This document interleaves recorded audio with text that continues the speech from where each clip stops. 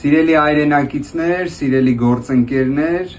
մենք ունեցանք 14 ժամ տևողությամբ դատական նիստ, որ պատկերացնեք այն պարզապես ընդմիջվել էր 30 րոպեով։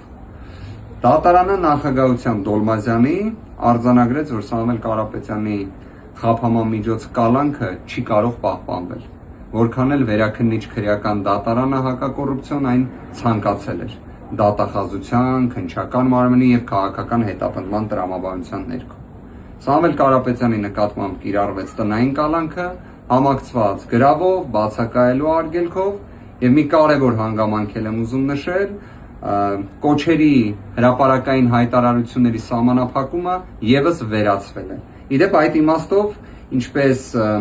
արդեն 3 տեղեկացրել էի, վերաքննիչ հակակոռուպցիոն դատարանը այդ մասով արձանագրումներ կատարել էր, որ նման սահմանափակում չպետք է լինի։ Մեկ հանգամանք էլ ուզում եմ ասել, իհարկե առիթ կլինի ավելի երկար կներկայացնեմ, իսկապես հունվարի 16-ը չափազանց տարօրինակ, բարդ, դժվար օր էր,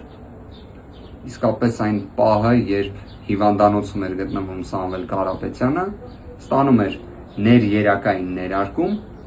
ոստիկանության 10-ից ավել ծառայողներ գալիս են մտնում են հիվանդանոց, քանի որ քննիչը գրություն է գրել, որ Սամվել Կարապետյանին անպայման անհապաղ տեղափոխեն քրեակատարողական հիմնարկ, անկախ նրանից, որ ստացիոնար բուժում էր ստանում։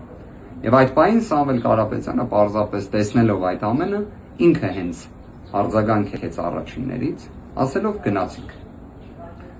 Դեռ կարծում եմ առիթ կլինի այս մասով ավելի երկար ներկայացնեմ։ Շնորհակալ եմ բոլորին,